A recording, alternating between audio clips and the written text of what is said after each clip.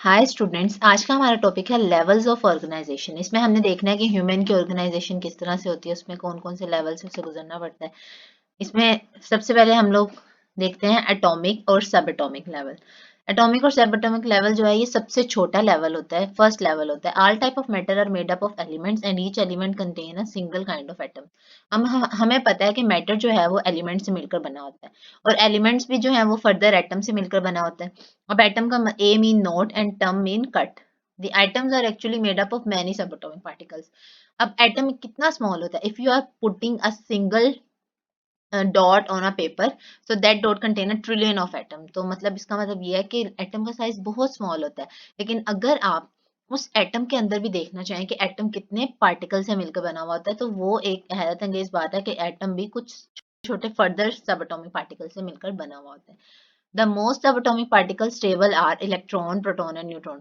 अब जो स्टेबल है, वैसे तो और भी बहुत ज्यादा होते हैं इलेक्ट्रॉन, प्रोटॉन और न्यूट्रॉन के अलावा, लेकिन जो स्टेबल है वो ये तीनों हैं।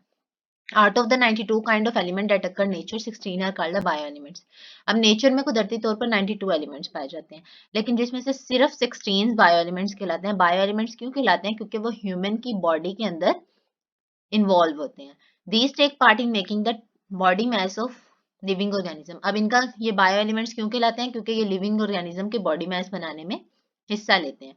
Out of these bio elements only 6 making 99% of the total mass. अब इसमें से जो 6 ऑक्सीजन, कार्बन, हाइड्रोजन, नाइट्रोजन, ये सारे के सारे 99% ह्यूमन की बॉडी मास को बनाते हैं, और बाकी जो 1% बचता है वो ये बाकी एलिमेंट्स 10 एलिमेंट्स बनाते हैं, जिसमें आ जाता है हमारे पास सल्फर, क्लोरीन, मैग्नीशियम, फेरस, क्यूम, ये सारे के सारे, जिंक, ये सारे आ जाते हैं।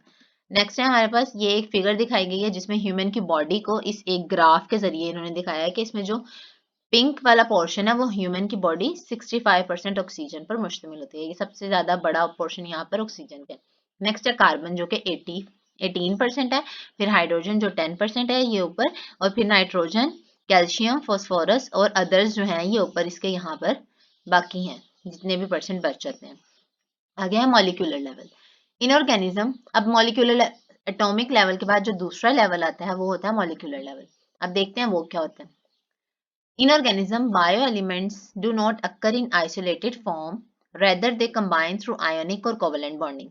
Bioelements जो हैं वो इंसान के अंदर अलग अलग, आइसोलेटेड मीन होता है सेपरेट, सेपरेटली नहीं पाए जाते, बल्कि वो एक दूसरे के साथ या आयनिक बॉन्डिंग के थ्रू बाइंड हुए होते हैं या कोवेलेंट बॉन्डिंग के through. The stable particle form by such bonding is called the molecular biomolecule. अब इस बॉन्डिंग के जरिए जो पार्टिकल बनता है उसे हम कहते हैं मॉलिक्यूलर बायोमोलिक्यूल।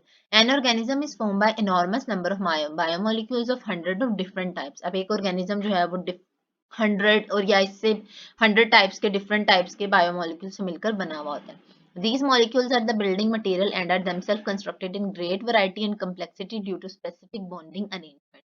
अब ये मॉलिक्यूल्स जो हैं इनके अंदर एक स्पेसिफिक अरेंजमेंट पाई जाती है, इस वजह से इनका स्ट्रक्चर जो है वो थोड़ा कम्प्लेक्स होता है। Biomolecules are classified as micromolecules and macromolecules. Micro, as its name suggests, that it contains the things which are low in molecular weight.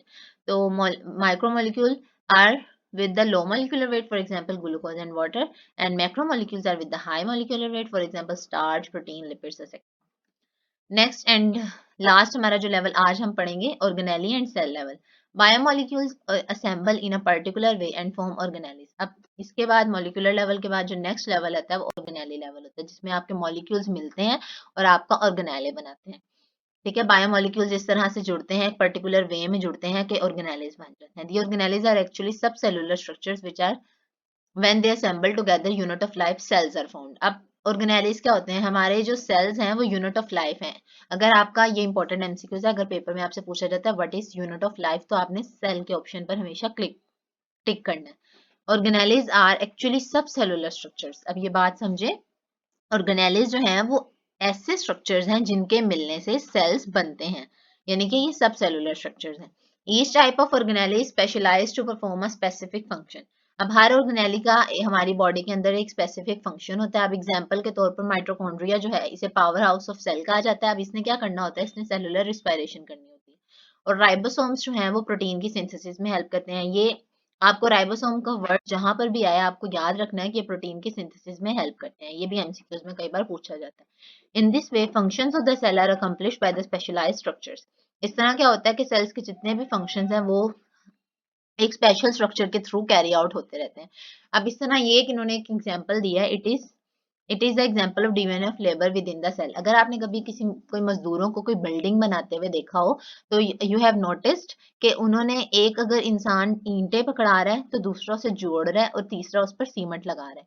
तो इस तरह से उन्होंने अपना काम एक दूसरे में डिवाइड किया होता है, जिसे हम लोग कहते हैं डिवीजन ऑफ लेबर। हर मजदूर अपने हिस्से का काम करता है। इसी तरह से हर ऑर्गेनेले जो है वो भी अपने हिस्से का काम करता है। इसे भी इस वजह से इनके अंदर भी डिवीजन ऑफ लेबर हुई भी होती है। In the case of prokaryotes and most protists, the entire organism consists of single cell. अब जैसे कि कुछ ऑर्गेनिजम्स ऐसे हैं जिनकी बॉडी सिर्फ एक सेल पर मुश्तमिल है, तो उनके अंदर किस तरह होता है? उनका जो सिंगल सेल है वही उनकी बॉडी के सारे फंक्शंस को कैरी आउट कर रहा होता है। In the case of most fungi, all animals and all plant organism consist of trillion cells. अब जैसे कि बहुत से फंजाई के केस में देख लें या ह्यूमंस के केस में देख लें, एनिमल्स के केस में देख लें, तो उसमें उनकी बॉडी ट्रिलियन ऑफ सेल से मिलकर बनी हुई होती है।